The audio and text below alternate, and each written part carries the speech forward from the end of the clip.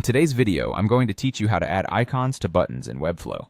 This process will enhance the visual appeal and functionality of your website's buttons, making them not only more attractive, but also more intuitive for users.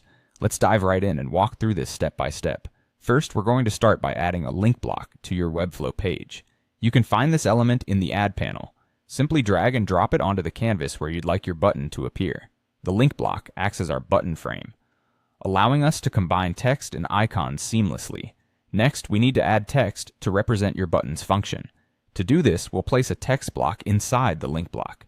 This step is straightforward. Just drag the text block into the link block and enter the text you want your button to display.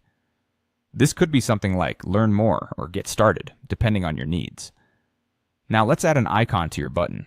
For this, we have a couple of options. You can use an image element, or, if you need a more scalable solution, an embed with SVG code. Position your chosen icon either before or after the text, according to your design preference. This gives your button a clear visual cue and helps guide your users effectively. With the basic components in place, it's time to adjust the layout. Select the link block we created and set its display property to flex. This will align our items, providing flexibility in arranging the text and icon horizontally. This is essential for maintaining a clean and balanced appearance. To ensure everything looks polished, set the alignment to center.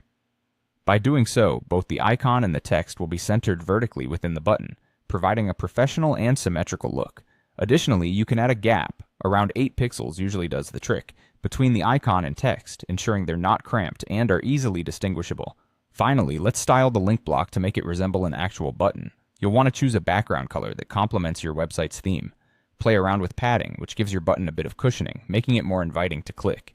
You can also round the corners by adjusting the border radius, creating that modern, soft edge look. Take a moment here to experiment with these styles until you achieve the look and feel you're aiming for.